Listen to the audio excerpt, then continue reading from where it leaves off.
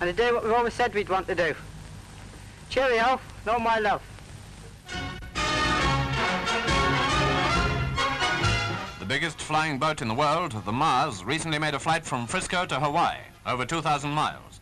She carried nearly 14,000 pounds of cargo, as well as 20 passengers and a crew of 15. The flight inaugurated her service with the American Navy.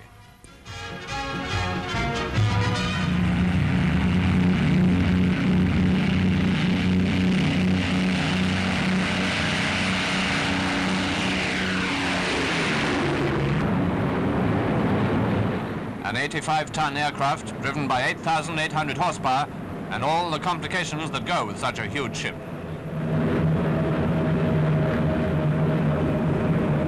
Really roomy inside, the Mars may well be the forerunner of the flying hotel of the future. The 15-hour flight to Hawaii, by the way, was a complete success.